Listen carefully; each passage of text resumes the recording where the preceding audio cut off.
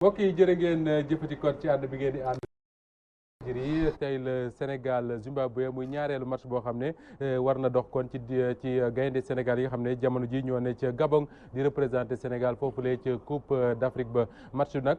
ñaar la waroon am tey bu njëkk bi daanaka Tunisie football na ko ba pare ak Algérie Tunisie moo ko gagné Algérie ñaari bal ci benn ñu bari nag ne loolu mën na changer lu bari ci groupe bi ak taxawaayu équipe bi ndax Algérie mi ñu doon xaar daana mel ne fii ne moo nekk si jafe-jafe lu ñu mën ci am dinañ ko waxtaane léegi bala match bi jot ñu ci ànd bis bu nekk ak suñu ay gan bokk na ci Lamine Mboup Lamine maa ngi lay nuyu Karim lay nuyu ak suñu naataango bi di Nicolas Mamadinga Sonko chef desk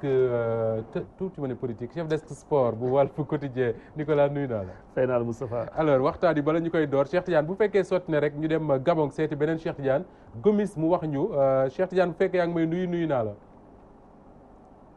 Cheikh Tidiane Gomis mu mel ne Cheikh Tidiane dégguma wala ñun dégguñu ko alors Nicolas kon ñu commencé waxtaan bi ci yow rek est-ce que am nga 11 bi war a football tey. waaw 11 bi am nañ ko sànq benn changement benn coppite rek moo ci am muy Henri Saivet dugg ci c'est loolu la Aliou Cissé indi mooy autrement dit Abdoulaye Diallo mooy nekk si camp yi si défense bi Lamine Gassama la reconduire ak axe bi Kara Mbodj. Kalidou Koulibaly à gauche il y a Cheikh Mbeng si milieu terrain bi Cheikh Kouyaté capitaine bi Gana Gueye ak Henri Saivet bi football Saint-Étienne mooy démarrer tey à la place de Pape Aliou Ndiaye si kanam c'est pas changé Diao Baldé Keita Mame Biram Diouf ak Sadio Mané. bala ñuy wax ci sax ak ni mu taxawee tey Lamine est-ce que match bi ñu seetaan sànq ci diggante Tunisie ak Algérie mën na changer dara ci lu gaynde waroon a taxawee tey. waaw. ñoo changé lu bari ndaxte Algérie bi ñu gagné moom la ñu war a tasser dernier match. dëgg la loolu moo waral ni Sénégal absolument dafa war a gagné match bi. bu tey parce que bu tey bi absolument amul nul. nul daf ñu leen di may ñoom chance xam nga pour ñu mën a. yaakaar exactement kon day metti te xam nga boo demee di recherche nul ba yàlla def nga am fa défaite. dafay metti donc aujourd'hui victoire rek la Sénégal. on doit gagner cette équipe on les a déjà battus 2 fois. je pense en Coupe d'Afrique. Donc je pense que une troisième fois ne serait pas impossible. D'accord alors coach bala may ñëw ci yow ñu dem seeti Cheikh Tidiane Gomis Cheikh. waaw Moustapha. Cheikh Tidiane. waaw maa ngi lay dégg. Cheikh Tidiane yaa ngi may dégg. bu baax a baax maa ngi lay dégg bu baax a baax. alors man tamit maa ngi lay dégg finalement Nicolas mi ngi joxe 11 bi sànq ñu ne daanaka Henri Saivet rek moo ci dugg Pape Aliou Ndiaye génn. waaw information bu am la te moo remplacé ki nga xam ne moom mooy Pape Aliou Ndiaye te ñu koy wax Sow loolu rek changement ci li nga xam ne moom mooy 11 de départ bu kii di Aliou Cissé comme moom li ñu doon wax lépp ak malgré correctif yi ko waa fédération sénégalaise de football waxoon pour mu jéem ko def ci biir équipe bi bon correctif yi def ko sur le plan maanaam de l'effectif maanaam sur le 11 de départ bon léegi nag fu mu nekk nii il a fait confiance à l'équipe qui a gagné contre la Tunisie c'est vrai si am na ci ay maanaam ay difficultés ci équipe bi pour mu évoluer de l'avant mais nag c'est ça loolu la mooy décision bi nga xam ne moom jël na ko tey jii il est fidèle à ses certitudes comme ni ñu koy waxee kii nga xam ne moom mooy Aliou Cissé. alors Cheikh Tidiane. waaw soo doon jàngaat changement bi li tax Henri Saivet dugg pour yow mi nekk ak gaynde yi lan moo ko war a expliquer. bon mais man gisuma dara lu ko mën a expliquer honnêtement même ñun fii la presse quand on a de départ personne ne peut l'expliquer lan Henri Saivet bon c'est un excentré Henri Saivet bon aujourd'hui on a des milieux de terrain qui peuvent animer ku ci mel ni Pape ki ci mel ni ki nga xam ne mooy Pape Koulibaly on a même d'autres joueurs ko yoo xam ne mën nañ leen teg ci place boobu comme ku mel ni Cheikh Ndoye bon mais xam nga y a d'autres possibilités yoo xam ne mënoon indi mais bon moom il est fidèle à sa copie loo ci mën mënoo ci dara bon on va voir ko jox raison ci loolu mais nous on ne comprend pas. alors équipe bu Zimbabwe bi Cheikh Tidiane fii ci Ndakaaru nag dafa mel ne ñu bari ñeme wuñ ko sama maas gi est-ce que yaakaar nga ne équipe bu war a mën a jaaxal Sénégal la tey. même Aliou Cissé ñemeñul équipe bu Zimbabwe bi wax na ko au départ de la CAN avant que ñu jouer première journée bi nee na il faut faire très attention à l'équipe du Zimbabwe bi Zimbabwe tenir échec Algérie ba pare il l'a redit que moom loolu bett ko que équipe bu Zimbabwe bi c'est une équipe technique tactique véloce donc toutes ces qualités là ci équipe boobu nga xam ne kon équipe doon la boo xam ne dañ ko war a ragal ci équipe bi même tout le monde ici hein pour dire la vérité nous tous ñu ngi ragal loolu ci équipe boobu. d'accord Cheikh Tidiane xam naa dinañ ñëwaat ak yow ci kanam tuuti fii ak match bi di tàmbali incha allah ñu waxtaane waat situation bu foofule ca Gabon nga xam ne gayndey Sénégal yi ñoo fay waaj a jàkkaarloo kon ak waa Zimbabwe Karim laaj bi Nicolas moo ko tudd Cheikh Tidiane Gomis dëggal ko léegi lan moo war a expliquer c'est préféré ko tey Pape Alioune Ndiaye d'autant plus que keroog bi ñu toogee fii ñu bari dañu wax naan Pape Alioune Ndiaye il a fait son match quand même. dëgg la ndax Pape Alioune Ndiaye Aliou Cissé dafa def lu ñuy wax coup de maître daf ko teg ñu wane li ñëpp doon xalaat donc ñu amoon yaakaar ne tey jii dina ko indi waaye nag suñu étonnement mooy gisuñu ko fi ñu nekk na Sénégal ñu mënuñu comprendre lan moo tax Pape Alioune Ndiaye ñëwul moom rek moo ko wax sama gaañ ñi toog Pape Alioune Ndiaye dafa am blessure kon dafa gaañ waaw bu gaañ waaye comme 23 jours lañu te am na fa ñoo xamante ne ñii mën nañu indi li nga xamante ni moom la ñu ñëpp yaakaar ci équipe bi ku mel ni Cheikh Ndoye par exemple wala Kouly Diop mu ngi fa ndax CV bi day ba mu ñëwee ci match bi continue man gisuma ko donc raison bi tax mu ñëw daal lëndëm na ma waaye nag entraîneur toujours mu am dëgg fekk mu ngi gañ tey muy gagné waaw yàlla na gagné tey comme ça mu continuer di am dëgg Lamine sànq yaa ngi doon wax ne match bi ñuy jàll léegi diggante Tunisie ak Algérie mën na changer lu bëri ci des day gën a yomb pour gaynde yi wala dafa gën a jafe. bu ñu gagné yooyu yomb. bu ñu gagné mu yomb. bu ñu gagné déjà qualifié nañu. Algérie bu ñu gagné sax amatuñu benn problème mais tey ñaanuma ko yàlla tey bu ñu defoon benn faux pas dañuy am lu dul 3 points. donc qu'est-ce qui va se passer. Algérie déjà am na benn point bu ñu gagné day am 4 points. waaw nekk suñu kaw. donc foofu day doon match bu metti mais dinaa ñëw tuuti si li ñu wax. man aussi jot naa ni Pape Alioune Ndiaye dafa gaañu. mais gëmuma woon ni Aliou Cissé dina génne Pape Alioune Ndiaye bu gaañuwoon gëmuma ko kon dama yaakaar ni blessure na ko parce que CV li ko coach bi waxee indiwu fa dara mais c'est des joueurs qui se transforment xam nga ñun Sénégal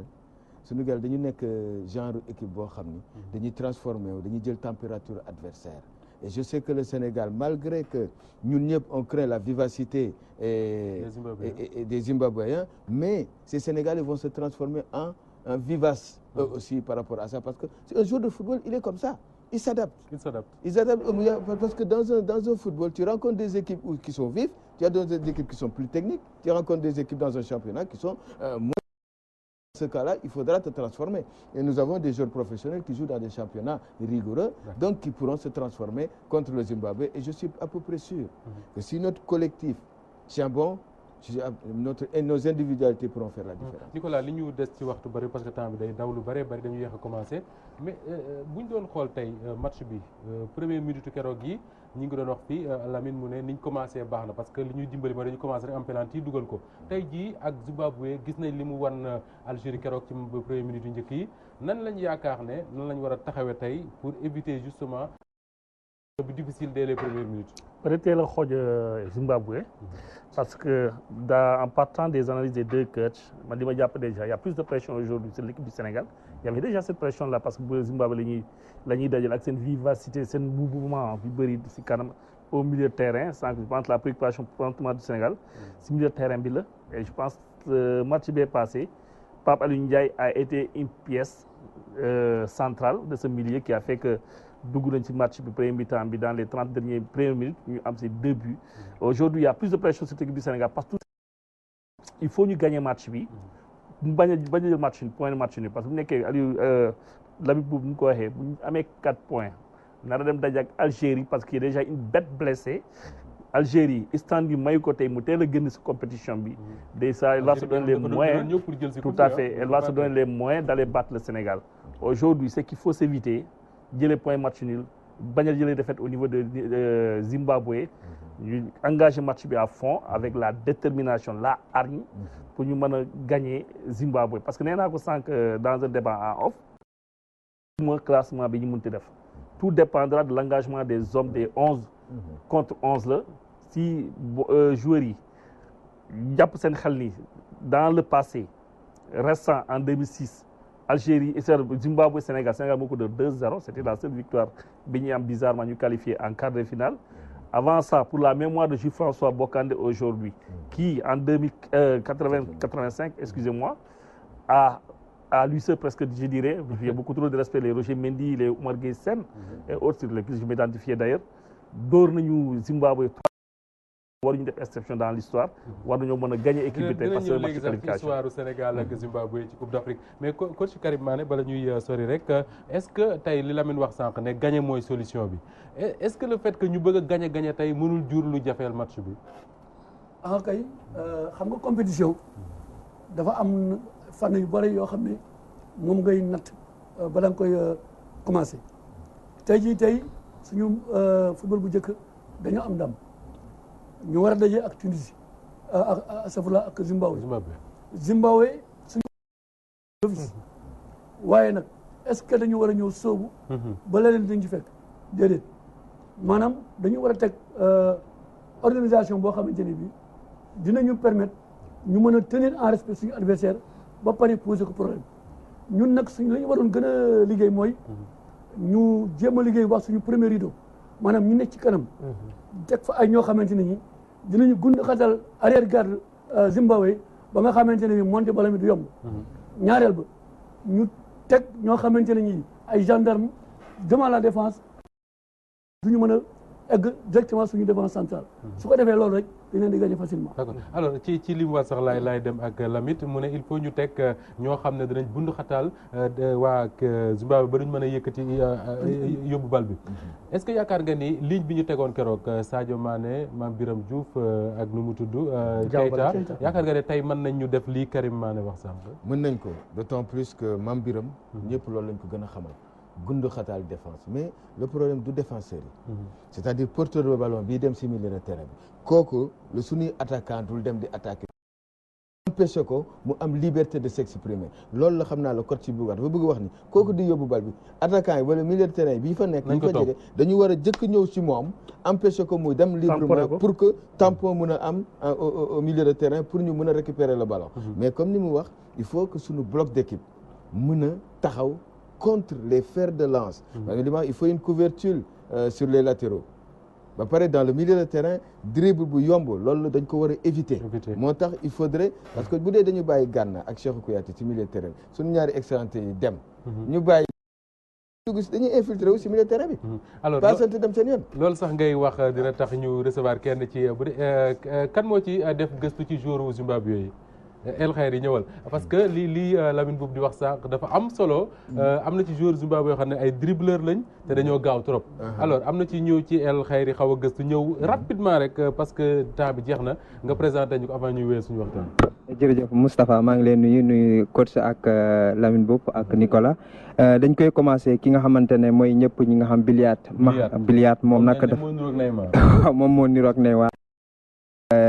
kii moom mooy sol numéro 20 bu équipe ki 26 ans la am 19 août 90 la juddoo foofu ci Harare Zimbabwe milieu waa équipe capitale milieu offensif la moom nag Mamelodi Sundowns fa lay footballé foofu ci Afrique du Sud waaw ñoom ñoo jël coupe d'Afrique moom sax moo nekk adjoint nu mu tudd vice champion meilleur joueur kii Afrique meilleur joueur moo ci topp waaw moom moo ci topp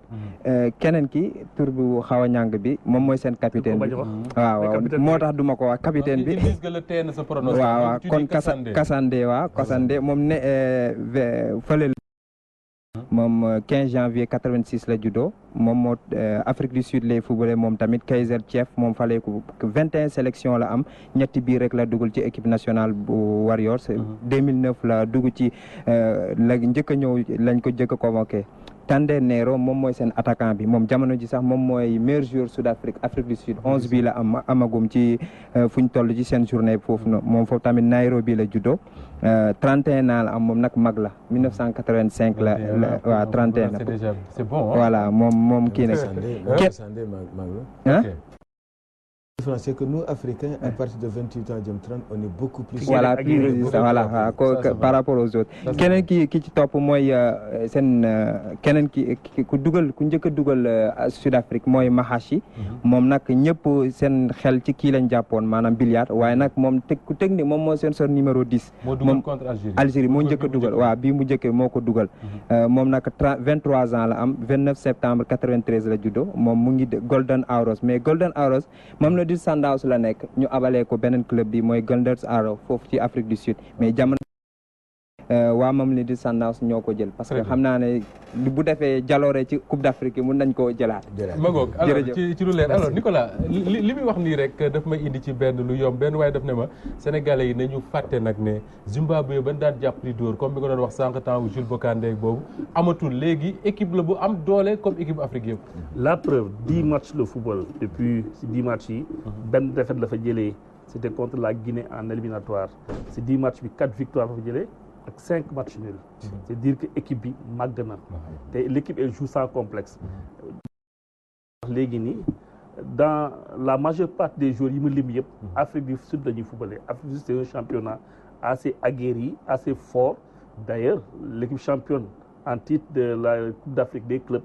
Afrique du Sud notamment les Zimbabwe y évoluent loolu mooy bu ñu jëlee équipe zimbabwéen bi toujours Sénégal loolu la ñuy xalaate maa ko man l'équipe là elle est assez aguerrie ces 2 derniers matchs amicaux c'est contre Ouganda que je me trompe avec le Cameroun match ni la fa jëlee 0-0 ce qui veut dire que bu ñu teeyulee on peut être surpris de cette équipe ñoo jàpp Lamine que ni li ñuy wax nii man ak Nicolas waxu ku coachewul équipe la ku footballul ci terrain mais entre Bocandé ils sont avertis et nous aussi et quand on voit que ils ont une individualité capable de faire la différence que nous-mêmes donc Aliou Cissé devra comprendre qu'il faudra que son groupe collectif soit là il dit ces gars-là sont trop dangereux ils marquent des buts donc il va falloir qu'on s'attende bien défendre contre ces gens-là comme eux ils vont ñaari équipe la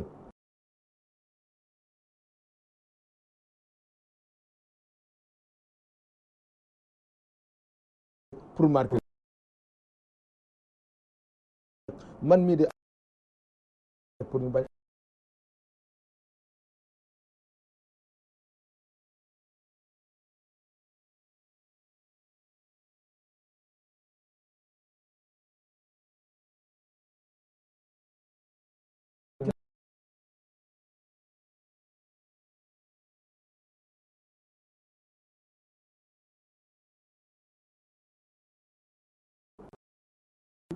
adversaire bi mu janool du bari ay espace pour mën a